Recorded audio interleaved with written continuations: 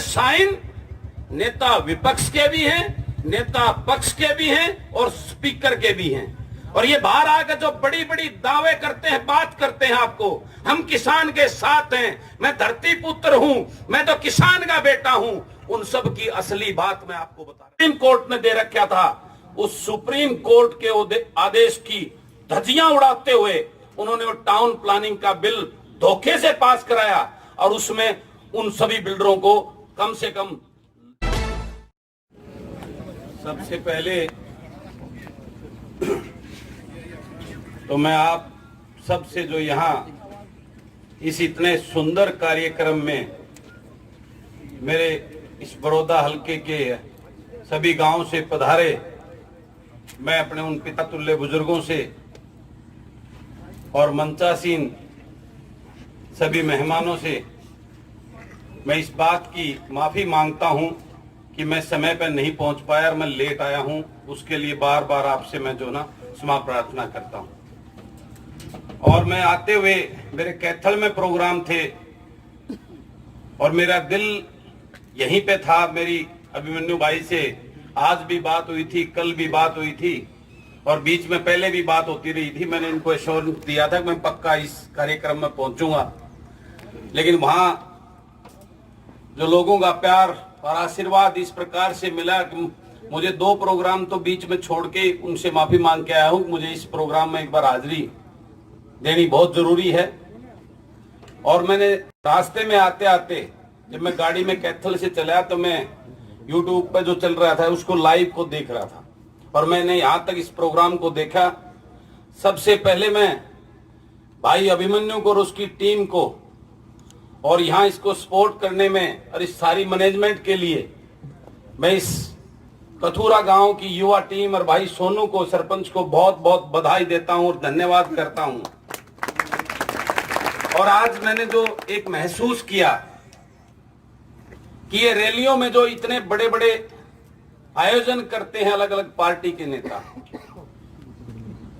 इन रैलियों का भी बहिष्कार होना चाहिए और ये रैली कॉमन होनी चाहिए। उस एक ही रैली के मंच के ऊपर दोनों सारी पार्टियों के नेता अपने विचार रखें जनता के सामने, जनता के बीच में।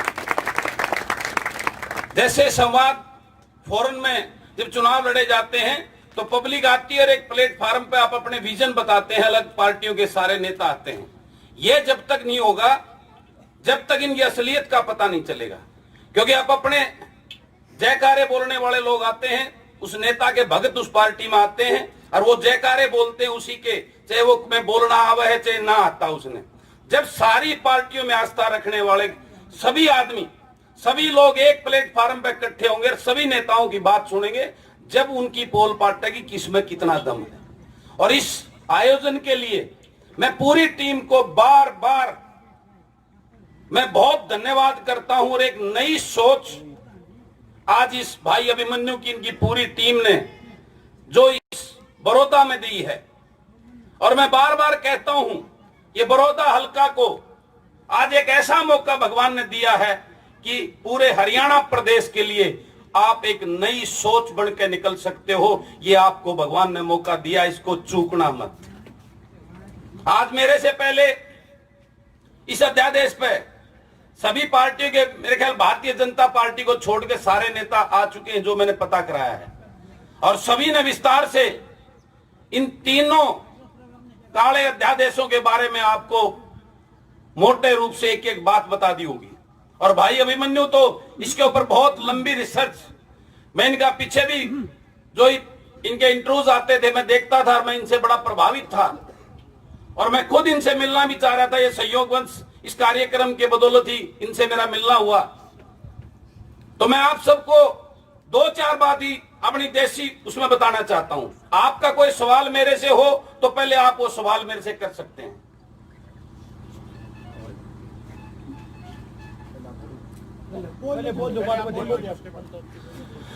मैं तो यही बताना चाहता हूं, ये तीनों अध्यादेश जो किसान को और खेतिहर मजदूर को और इस कृषि से जुड़े हुए जो भी व्यापारी व्यवसायी हैं और आम उपभोक्ता जो इस देश का नागरिक है, सबके लिए ये काले अध्यादेश हैं, सबके लिए आने वाला उनका भविष्य और उनके बच्चों के लिए खतरे की बहुत बड़ी घंटी है। और जिस भागम भाग में इन अध्यादेशों को इस भारतीय जनता पार्टी की सरकार ने लोकसभा और राज्यसभा में पारित करने का काम किया है, और जिस प्रकार से राज्यसभा के अंदर कोई भी बिल जाता है उसकी वोटिंग से उसका निर्णय होता है, पहली बार ऐसा हुआ है कि राज्यसभा के अंदर मार्शल बुलाने पड़े और इसको बगैर वोटिंग के तालियां बजाकर जो ना इतने महत्वपूर्ण बिल को जो उन्होंने धक्के से पास करने का काम किया, ये सरासर लोकतंत्र की हत्या है। और जिस प्रकार से ऐसा पहली बार देखने को मिला, सरकार कहती है कि यह बिल किसान को उसके भविष्य को उज्जवल करने के लिए, किसान को खुशहाल करने के लिए, और किसान वो अन्नदाता कर्मयोगी सड़कों में बैठ के चिल्ला रहा है कि ये काले कानून है, मुझे बर्बाद कर देंगे, मेरे बच्चों का भविष्य बर्बाद कर देंगे। ये बड़े बड़े पूंजीपति उद्योगपति मेरी इस जमीन पर, मेरी मां के ऊपर, जिसको जमीन को किसान अपनी मां समझता है, उसको कब्जा कर लेंगे। और वो सरकार के अंधे बहरे जिनका रिमोट कंट्रोल उन कॉर्पोरेट हाउसेस अडानी, अंबानी, टाटा, बिड़ला के हाथ में है, ये कानून, ये तीनों अध्यादेश उन्होंने कॉर्पोरेट हाउसेस के लिए बनाए हैं, इस गरीब किसान और मजदूर के लिए नहीं बनाए हैं। इस बात को वो सुनने को तैयार नहीं है। लेकिन मैं आप सबके माध्यम से एक बात बताना चाहता हूं कि सबसे बड़ी ताकत वो जनता की ताकत होती है। वो चुनकर अगर कुर्सी देना भी जानती है तो कुर्सी से पकड़कर नीचे उतारना भी जानती है। यही बात जानने की जरूरत है आज आप सबको। मैं पिछले 1 साल से, मुझे 10 महीने हो गए हैं सरकार बनते, 2 महीने बाद मेरा टकराव शुरू हो गया था और मुझे कई तरह से डराया भी गया, मुझे लोभ भी दिए गए। लेकिन मैं एक किसान का बेटा हूं और जिस सोच के साथ इस राजनीति में आया था, उसी नियत और सोच के ऊपर आज तक खड़ा हूं और आगे भी खड़ा रहूंगा, वादा करता हूं आपको। आपने देखा होगा जब ये तीनों अध्यादेश आए, हरियाणा प्रदेश का 1 दिन का विधानसभा सत्र घोषित किया गया और उस विधानसभा सत्र में मैंने सभी से डिस्कस करके, डॉक्टर साहब का मेरे बहुत योगदान, इनके साथ बैठ के डॉक्टर शमशेर जी के साथ हमने एक प्राइवेट बिल तैयार किया। उसमें जो इस अध्यादेश में जो मोटा मोटी कमी है, जिसको ये आज के गठबंधन के डिप्टी सीएम साहब भी बोलते हैं कि एमएसपी को मैं खत्म नहीं होने दूंगा और जिस दिन एमएसपी खत्म हो गया उस दिन मैं अपना इस्तीफा दे दूंगा। तो मैं आप सबको बताना चाहता हूं और आप सब जानते भी हैं, अभी पिछले दिनों प्रधानमंत्री जी ने एमएसपी में बढ़ोतरी भी की है 2.6%, जो अब तक के पुराने इतिहास में देखोगे सबसे कम है। वो एक लोभन प्रलोभन, एक टॉफी किसानों को देने का काम किया है। बेथारा एमएसपी बढ़ा दिया, गेहूं के 50 रुपये बढ़ा दिया, फलाने के इतने बढ़ा दिए, वो देने का काम किया। मैं आपको बताना चाहता हूं, जिस एमएसपी की वो बात करते हैं, मैं मानता हूं लागू रहेगा। एमएसपी बाजरा का एमएसपी 2151 रुपए, आज मंडी में बाजरा 1200 रुपए में पिटता अंडा है कि नहीं अंडता। धान का एमएसपी 1888 रुपए, आज 1400 और 1500 रुपए में जो है ना धान पिटता अंडा है, मजबूरी में, क्योंकि वो कई दिन राख नहीं सकते, वो काला हो जाएगा और मजबूरी में किसान उसको बेच रहा है। अपना दी नहीं कटे, कैथल में जीनता आगे धान आ चुका है मंडी के अंदर और रोज वहां किसान 1400 और 1500 रुपए में बेचने पे मजबूर है। आज गेहूं 1400 और 1500 रुपए में पिटता अंडा है मंडिया में, एमएसपी 1975 रुपये। तो हमें एमएसपी कागज में नहीं चाहिए, हमें एमएसपी चाहिए किसान की फसल एमएसपी पे बिक्री हो, यही तो चाहता है किसान। अगर इस 3 अध्यादेश में एक लाइन जोड़ दो। अब जो एमएसपी सरकार घोषित करती है उस एमएसपी पे किसान की फसल बिकनी चाहिए। अगर कोई व्यापारी या पूंजीपति उसको कम दाम में खरीदता है तो उसको अपराध की श्रेणी में लेकर उस पे केस दर्ज होना चाहिए। ये कानून बना के उसमें डाल दो। यही तो मांग रहा है मेरा किसान आज सड़कों पे खड़ा होकर। मेरा किसान यही तो मांग रहा है। अगर वो पूंजीपति बड़े बड़े ये टाटा बिरला कॉर्पोरेट हाउसेस अगर मेरे यहाँ के पूरे जिले की गेहूं खरीद ली, धान खरीद गए, और जब वो उड़े बॉम्बे जा बैठा तो यो किस दौरे जाकर रुपये मांगने, उस दौरे इतने के बेच रखे, इतना उड़ा भाड़ा लाग जा, उड़ा को उसने बढ़न देना, उसकी गारंटर सरकार बन जाए। यही तो चाहता है ये मेरा किसान। ये हमने उसमें बदलाव किया। उसके बाद जो ये आवश्यक वस्तु अधिनियम बिल है उसमें उनको भंडारण की खुली छूट दे दी, जो पहले एक लिमिट होती थी। आज मेरा किसान, हम आलू पैदा करेंगे, सब्जी पैदा करेंगे, दाल पैदा करेंगे। आज हमारा भाव वो खरीदेंगे आलू 4 रुपये किलो, 5 रुपये किलो, और उस सारे आलूआ ने खरीद के अपने गोडाउन में भर लेंगे और 1-1.5 महीने बाहर उनका डके उनका कोल्ड स्टोरेज है वो खराब को नहीं हो। किसान का घर पड़ा पड़ा वो जाम जाएगा, उसमें तो वो खराब हो जाएगा। तो वो तो 15 दिन का 20 दिन का रख के सारण मंडी में बेचा होगा, और वही किसान 1 महीने के बाद वो आलू खरीदने के लिए जब बाजार में जाओगा तो उसका वो 4 रुपया आलू उसने 50 रुपए किलो मिलेगा। ये क्यों अन्याय है उस किसान गरीब के साथ? उसका रेट निर्धारित क्यों नहीं कर रहे आप? ठीक है, उनका खर्चा लगेगा, कोल्ड स्टोरेज है, उनके पास लेबर लगेगी। 5 रुपए की चीज ने उसने लिमिट कर दो, 3 गुना 15 रुपया हम बेच दे, अरे 4 गुना कर दो 20 रुपया हम बेच दे, लेकिन 20-20 गुना तो नहीं होना चाहिए। अगर यह कंडीशन, तो गरीब का घर कैसे चलेगा? अगर ये हो गया तो वो ऐसा अध्यादेश है जिससे इस देश का हर गरीब को अपना घर चलाना मुश्किल हो जाएगा। इतनी महंगाई बढ़ जाएगी हर चीज को। इनके गोडाउन बन चुके हैं। कैथल डिस्ट्रिक्ट में 1 लाख मीट्रिक टन का स्टोरेज का गोडाउन तैयार हो चुका है, और यहां भी आपके आजू बाजू जमीनें उन्हें देख ली हैं। और आने वाले 1 साल के अंदर ये गांव में जो छोटे मोटे हमारे बेरोजगार भाई नु करे दुकान कर लेते क्या आएंगी, आगे सारी चीजें उन गोडाउन में मिलेंगी। और ये गांव वाले जो दुकान में हमारे गुजारा करे हैं वह बीड़ी माचिस और तमाकू बेचने के रह जाएंगे। उन दरोर के में सामान को नहीं मिले, उनने दौरा लेना पड़ेगा। और वह होम डिलीवरी देंगे, उस रेट में आड़े फालतू लेगा बेचेगा तो उस दौरा लेगा कौन? उस सस्ते रेट में गोडाउन ये बड़े बड़े टाटा बिरला की जो फर्म है वो उसको बेचने की कहे। सब कुछ छोटा व्यापारी का धंधा बंद हो जाएगा। कॉन्ट्रैक्ट फार्मिंग आज भी होती है शाहबाद के अंदर आलू की। जब भाव तेज होता है तो सारा आलू खरीद ले जाते हैं। यूपी के हैं वो। कॉन्ट्रैक्ट फार्मिंग शायद आपको पता हो तो आज नहीं कई सालों से शाहबाद के अंदर की जाती है। और जब भाव कम होगा तो फिर वो कंडीशन लाते हैं, हमने तो इतने साइज का आलू चाहिए, छाट के दे दो।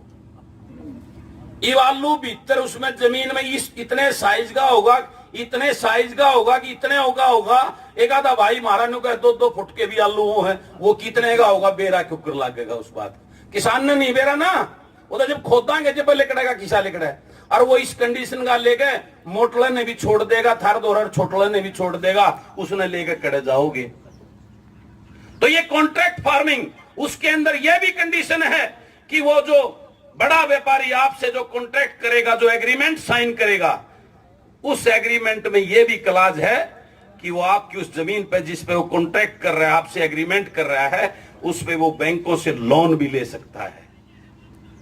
और वो थारी जमीन पे जब लोन लेके उड़े बॉम्बे जा बैठा तो थारी जमीन पे तो बैंक आगे कब्जा कर लेंगे, थारी जमीन भी जागी।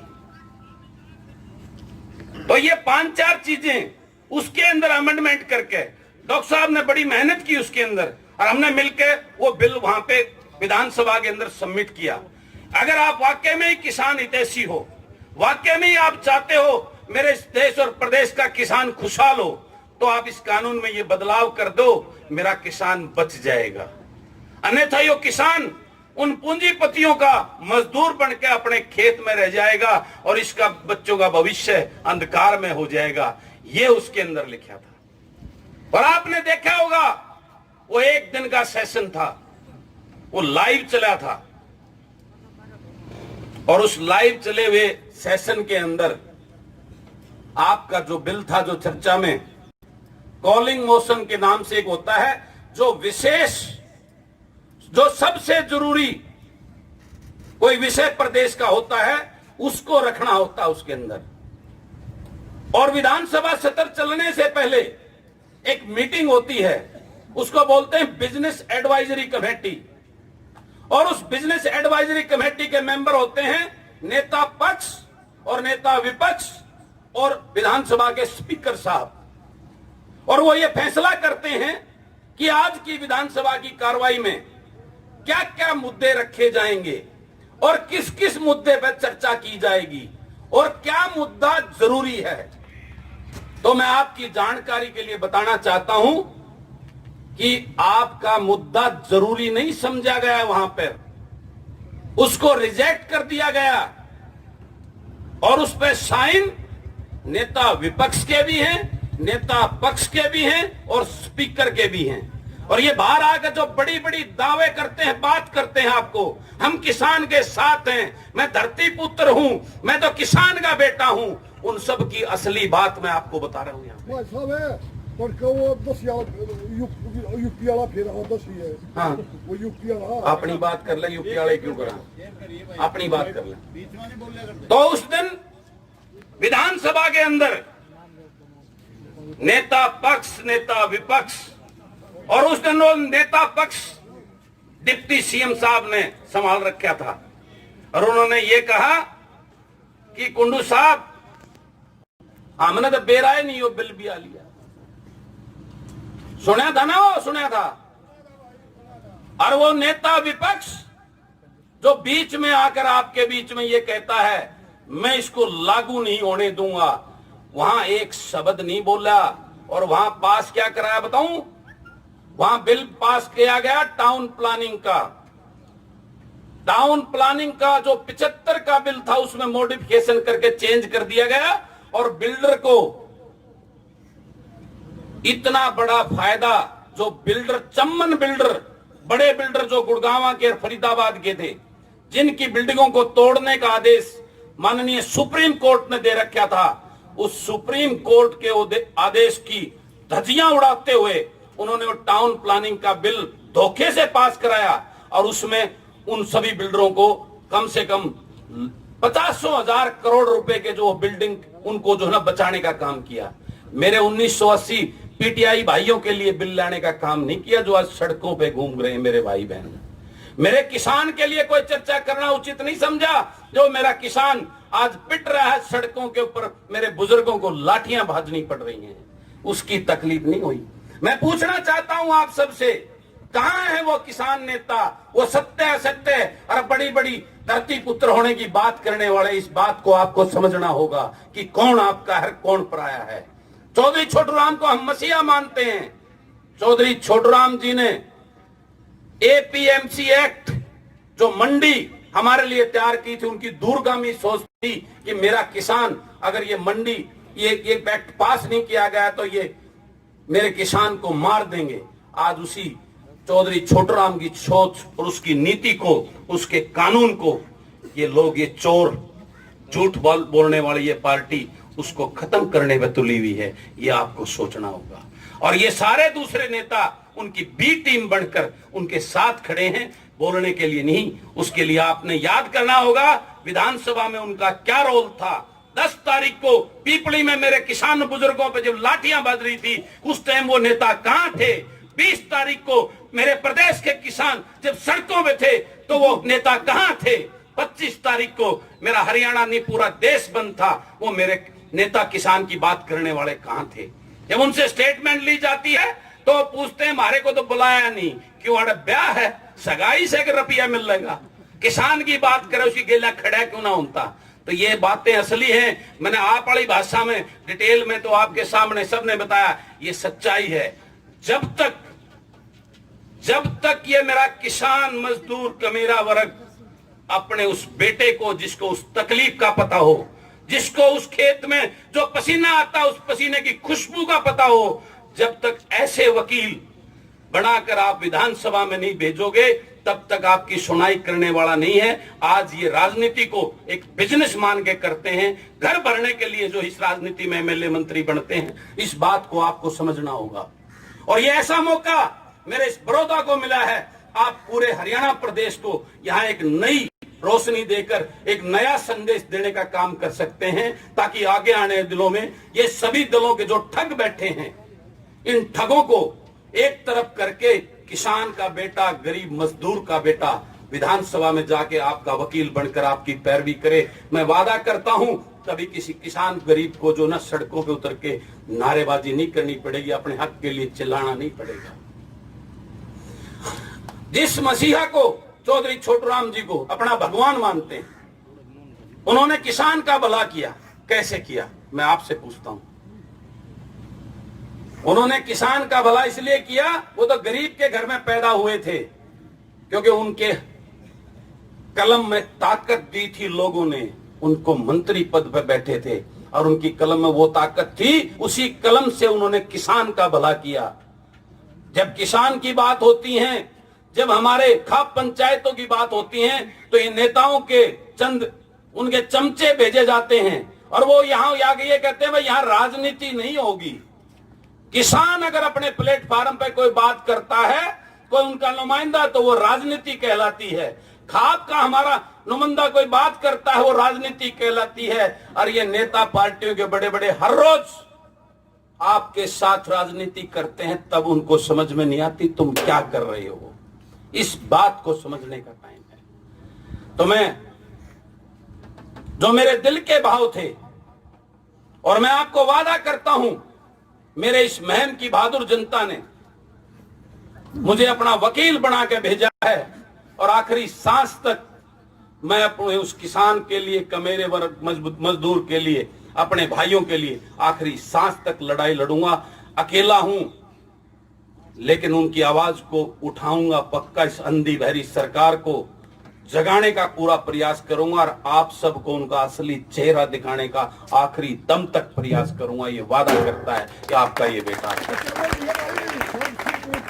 और मैं यही आपसे कहना चाहता हूं कि आज आपको समय है, बड़ौदा को भगवान ने वो समय दिया है। एक भाई मेरा वर्गा दे दो, मेरी गेल्या उड़ा विधानसभा में वकील थारा 1 और 1 11 बनकर थारी लड़ाई लड़ाएंगे। और गारंटी देता हूं, यो 1 और 1 11 मैंने बना दो, इस खट्टर सरकार ने 6 महीने नहीं पकड़ दूंगा। सप्ताह दीजड़ तो उससे दिन खत्म हो जाए जिस दिन वो खट्टर जो कुर्सी पर तो उतर जाए। और जब उसने उड़े लागे रे अगर मारा अपना क्षेत्रवाद, तो वो उड़ेगा 30 के 31 फेर हो दियो, जिसा विपक्ष का बैठा उड़े फिर बैठा रहेगा। इस बात ने सोच लियो। और जो अपना आड़ा को पंचायती उम्मीदवार आपने दे दिया, जो आपका लड़ाका हो बेकाऊ माल नहीं हो, इस बात का ध्यान रखियो। जो लड़ाका हो और आपका वकील बनकर और डरे नहीं और झुके नहीं, मेरे साथ खड़ा कर दो। वादा करता हूं, एक भी बिल ने हम दो जो है ना उड़े पास नहीं उड़ दें, चाहे कुछ भी करना पड़ो। इस बात का वादा करता हूं।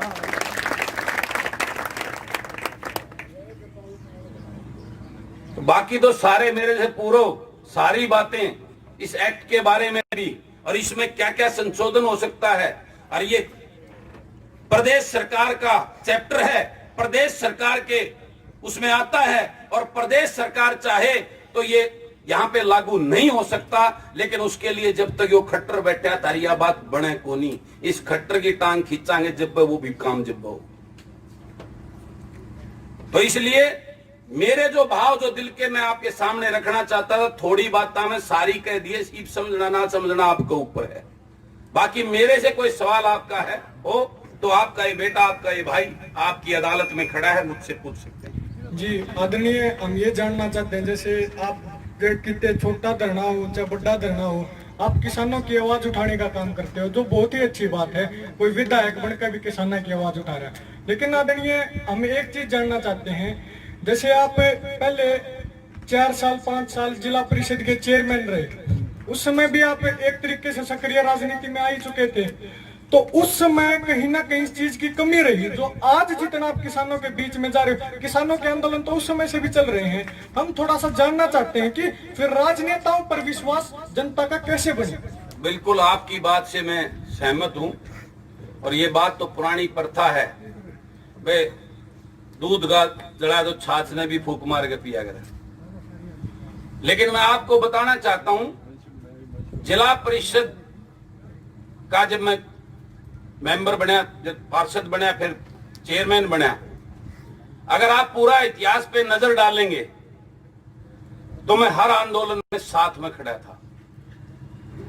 हमारा जो आंदोलन था उसमें जितना योगदान इस रोहतक जिले में, वो भी हमारे समाज का था, उसका नाम ना लेके मैंने सबसे था पीछे, लेकिन सबसे महत्वपूर्ण भूमिका मैंने उसमें निभाई।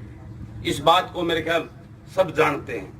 रही किसान की जो बात थी, मैं जहां भी मेरे संपर्क में, मैं हमेशा किसान के साथ खड़ा रहा हूं, और उस बात का आपको बहुत सारे उदाहरण मेरे महम के अंदर मिलेंगे कि जब जब मेरे महम के क्षेत्र में किसानों के ऊपर कोई आपदा आई तो उनका बेटा, चाहे वहां गेहूं जलन पाई, पानी भरण पाई या और किसी में आई, तो उनके साथ खड़ा हुआ मिलेगा। इस बात को अगर आप पिछले तुलना देखोगे, अपने मुंह से मैं कोई बात नहीं कहना चाहता वो, लेकिन मैं हर उसमें मेरे अपने किसानों के साथ, क्योंकि मैं किसान के घर में पैदा हो रहा हूं।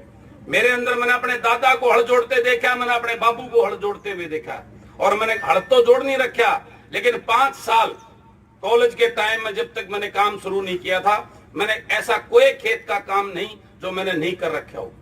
तो मैं उस तकलीफ को, उस दर्द को जानता हूं। और रही बात जिला परिषद का चेयरमैन, वो सरकार के सामने कुछ भी नहीं होता, लेकिन फिर भी मैंने जी चलाई सरकार के। तो मैं अनेकों बार, मनीष ग्रोवर का टकराव मेरे साथ रोहतक का मुख्यमंत्री तो हो रहा है, वो उन 5 सालों में भी एक बार नहीं कई बार देखने को आपको मिलेगा। इसको मेरे ख्याल आप सब नहीं तो कुछ जरूर मेरे युवा साथी भाई सोशल मीडिया पे इन्होंने देखा होगा, वो चीज पिछले दिनों की आपको पता लग जाएगी। देखिए आदरणीय, हम एक चीज और जानना चाहते हैं। जैसे कुछ दिन पहले हम देखते थे, सभी देखते थे, आप लड़कियों के लिए बहुत अच्छा काम कर रहे हो, आप बस चला रहे हो, आपकी बसों पर बीजेपी के पोस्टर होते थे, और जिनके खिलाफ आज आप खड़े हो, मनीष ग्रोवर जी का भी फोटो उनके ऊपर होता था। आप किस तरीके से मतलब इस चीज को देखते हो? बिल्कुल मैं आपकी बात से सहमत हूं, और उस बात को मैं कबूल भी करता हूं कि इस चुनाव से 6 महीने पहले मैंने पोस्टर बदलवाए थे।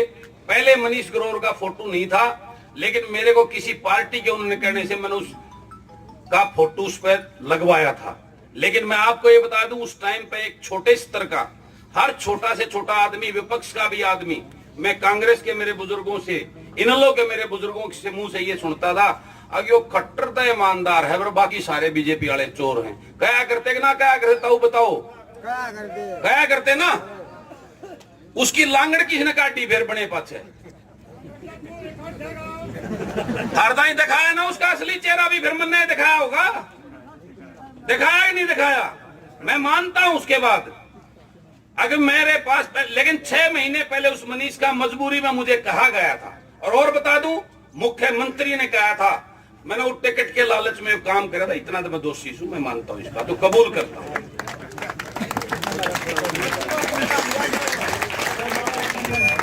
ठीक है जी, लेकिन मेरी गेल भी वो धोखा था, मैं भी नहीं ये मानू था अगे वो चाचा खट्टर था ईमानदार से, बाकी चोर से, और उस चक्कर में बने पाछे से वो इतने गठड़ी बांध के ले गया 10,000 करोड़ के घोटाले। तो मैं न्यू मान के गया था कि वो चाचा खट्टर मैंने शाबाशी देगा, वाह बेटे वाह, पर मेरा बेटा सरदार है, वो पाया उसका जब लेख्या था उन्हें देखा। तो वह बात सारी आपके सामने सारी आ रही है, और मैंने बात कौन देखी, अगमैन गया ब्लैकमेलिंग करके, जब भीतर विधानसभा में उन्होंने क्लीन चिट ली तो 12 अंतीय घोषणा कर दी थी, इन चोरा उल्टा लेता हूं अपना समर्थन, कराया था नहीं कराया था ना, तो कई दिन उड़ जाऊं, थोड़ा नाराज होंगे, वो मैंने पटावे कि मैं लोभ लालच दें, उसका बाहर लिखते हैं दिया था मीडिया के सामने। तो इस बात के लिए मेरी नीयत जो कर तम मान्या करते नहीं, मैं भी मान्या करता, उस चक्कर में मैं भी था, इस बात न मानू।